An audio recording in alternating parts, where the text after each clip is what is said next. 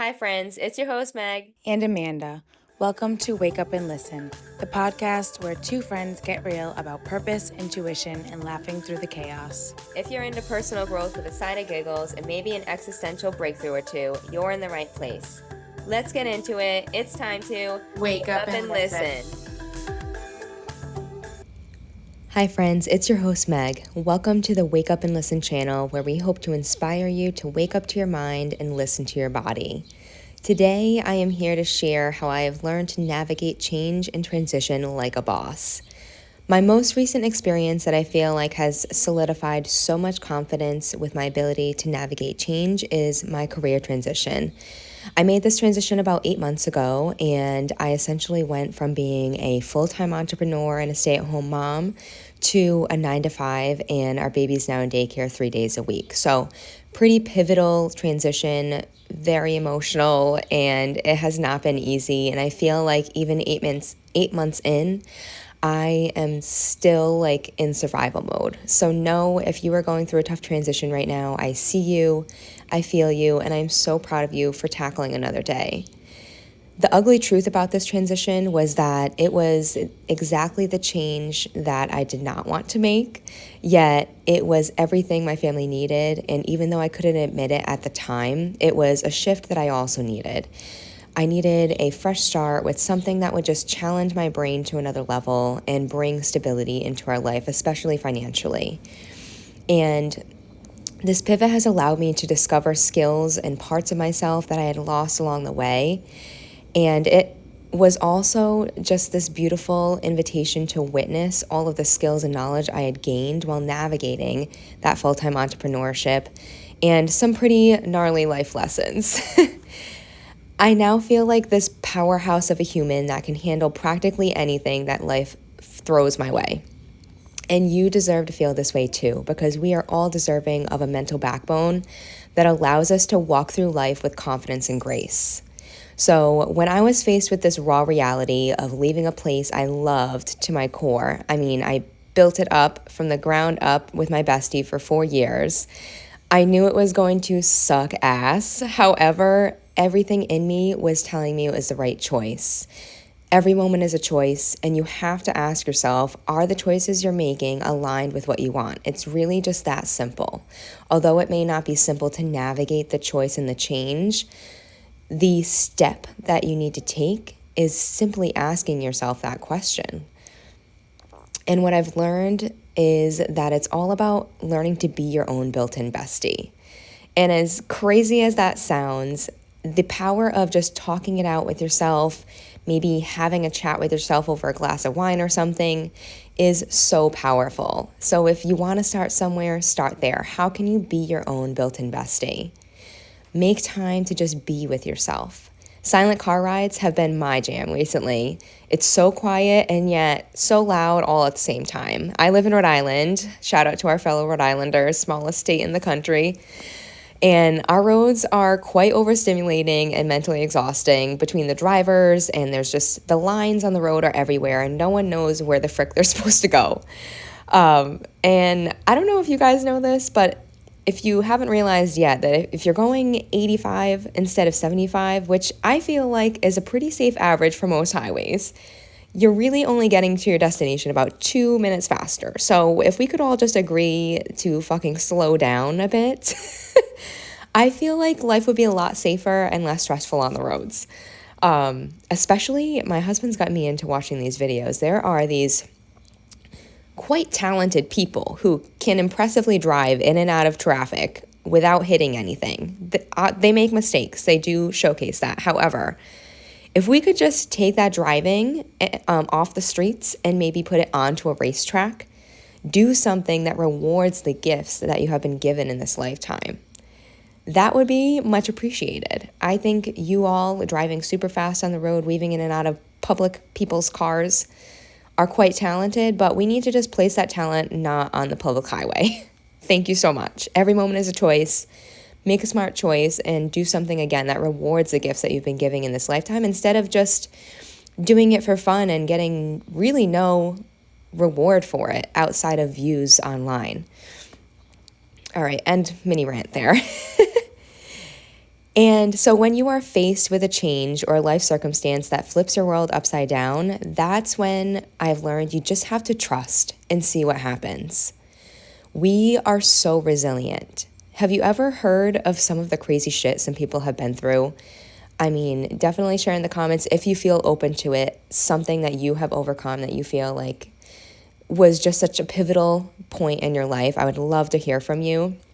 But just for reference, I had listened, shout out Joe Rogan. He has one of the number one podcasts in the world, although also shout out to Kill Tony, Tony Hinchcliffe. He, for the first time ever, surpassed the Joe Rogan podcast as the first podcast in the world. So that was a pretty cool turn of events. But anyways, I had watched a Joe Rogan episode with actor Jeremy Renner. I don't know if you've heard his story, but this guy had it all. He was a very successful actor, and then one day he was helping plow after a crazy storm at one of his family's homes, or it was a vacation home or something.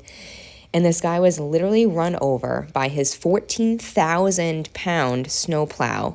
And by the grace of God, his spine and brain was left intact. And that was the grace that allowed him the space to recover almost completely at this point to where he is able to live a quote unquote normal life. And he doesn't deny living with some discomfort, but he shows up every single day, lives intentionally, and just attempts to do his best, which I feel like that's all the universe can really ask for. I don't know about you. And so if you are just showing up and you are doing your best and you are acting and making choices in alignment with your ultimate desires, there is no way that you can fail, is what I've learned. It might take a bit to get there, but if you're intentionally living and making those choices, you're going to get there, I promise you. Just don't give up. And recognize and read what changes need to be made. Like for me, when I was a full-time entrepreneur, I absolutely loved what I was doing. I loved the place I was working, and that felt so good. However, financial stability felt so heavy. It just was not working in that aspect of our life. And we were living too humbly to the point where we were like suffocating in our human experience. We weren't actually living life. We were settling for a life below what we deserve.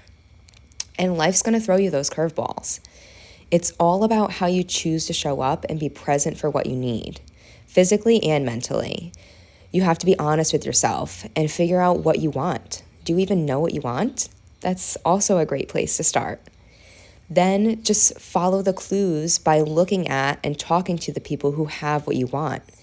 It's not easy, but it's that simple to understand where to find the answers to the things you desire most.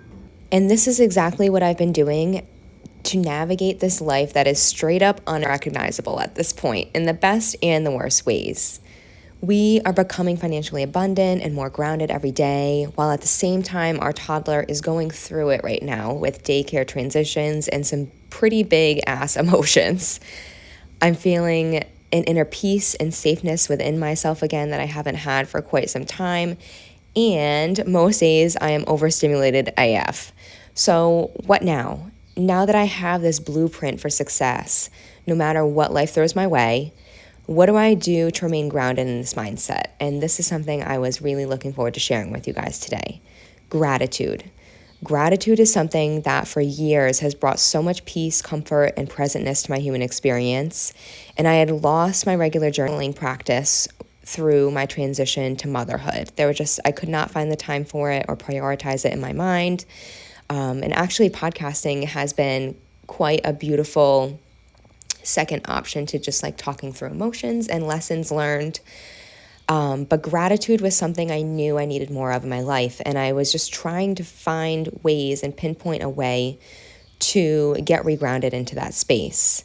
And then I had an idea one day. I had finally discovered the most simple way to reprioritize a sense of gratitude for all of life's natural joy every single morning. Every moment is a gift, including the simple gift of opening our eyes every day.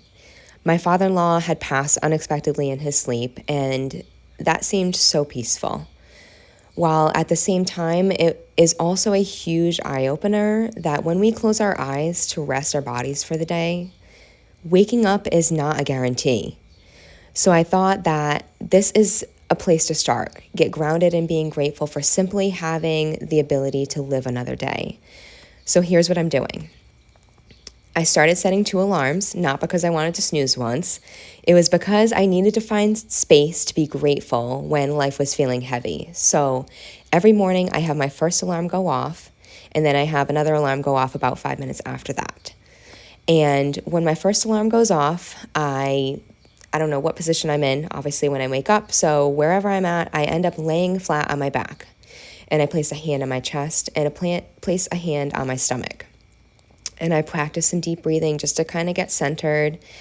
And then the first thoughts I choose to think to myself every single day, is just listing off gratitude, starting from my head and working my way all the way down to my toes, and just saying all of the things I'm grateful for. Like a brain that hosts thoughts, opinions, and memories. And I'm grateful for my voice and the power that hosts in the trajectory of my life. For my heart that beats independently of my thoughts, allowing my life to live on. For my breasts that provided top-notch nutrients for our child during that phase of life. For my stomach that mindlessly digests all of the yummy food I love to eat. For my booty that I work diligently to maintain. Y'all, I started doing squats every hour at work, and you'd be shocked at the difference a simple habit makes, especially with lower back pain and hip stiffness. But also your booty gets boosted, so that's a bonus. And I'm grateful for my legs and the ability to walk and move in any way that I want, which this is something that not everyone gets. So if you have this, be grateful for it. For my feet that quite literally ground me in my human experience every single day. Even on the heaviest days, these, or most of these things, are hopefully things that you can root yourself in. No matter what life challenge or transition you are working through right now, this is your friendly reminder that you can do hard things. You have everything that you need within you. I love you. I believe in you. Thanks for being here. Hope to see you again soon. Hit that like and subscribe button so you never miss a drop. Toodles.